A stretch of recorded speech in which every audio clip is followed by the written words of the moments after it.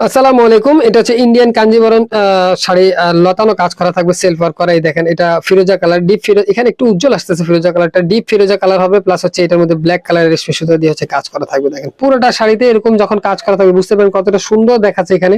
আর এটা হচ্ছে শাড়ির নিচের পাড়ে পোর্শনটা ডাবল, আর কতটা গ্লেজি জরি সুতার কাজ করা দেখেন।